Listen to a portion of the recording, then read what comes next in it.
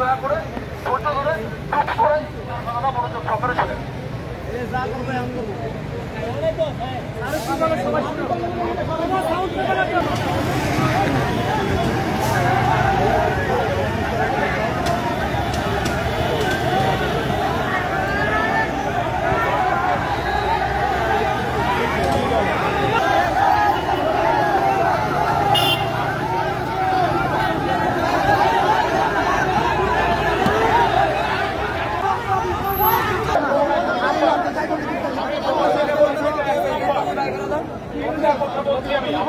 কথা তোমাদের বলছি, তিনটা কথা শেষ করতে দাও। তোমার কাছে অনুরোধ, তিনটা কথা শেষ করতে দাও। তোমরা তখন বুঝবা যে কি হয়েছে, আমরা কি সিদ্ধান্ত নিয়েছি। প্রথমটা বলেছি তাকে আমরা অফিসিয়ালি সাসপেন্ড করলাম। দ্বিতীয় নম্বর হচ্ছে আইন প্রয়োগকারী সংস্থা যেহেতু আছে, আমরা তাকে আইন প্রয়োগকারী সংস্থার হাতে তুলে দেওয়া। আইন প্রয়োগকারী সংস্থা তাকে যেভাবে এই রাষ্ট্রীয় অপকর্ম বা তার কথার বিচ্যুতির জন্য ধর্মীয় ৯৯% মুসলমানের ধর্মীয় মূল্যবোধে যে আঘাত লেগেছে, তার জন্য সর্বোচ্চ যে পরিমাণ শাস্তি, সেই শাস্তির ব্যবস্থা করবে।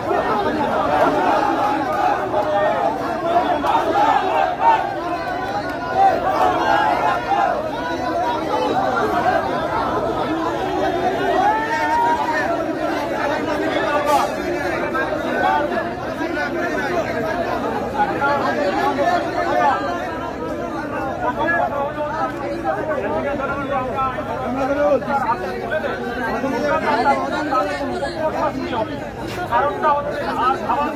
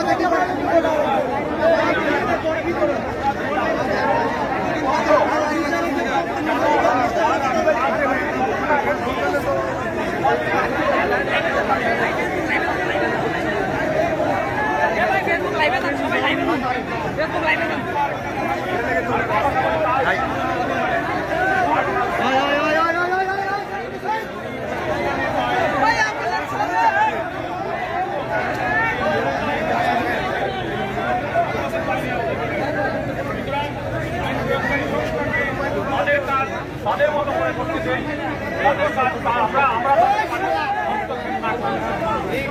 আমরা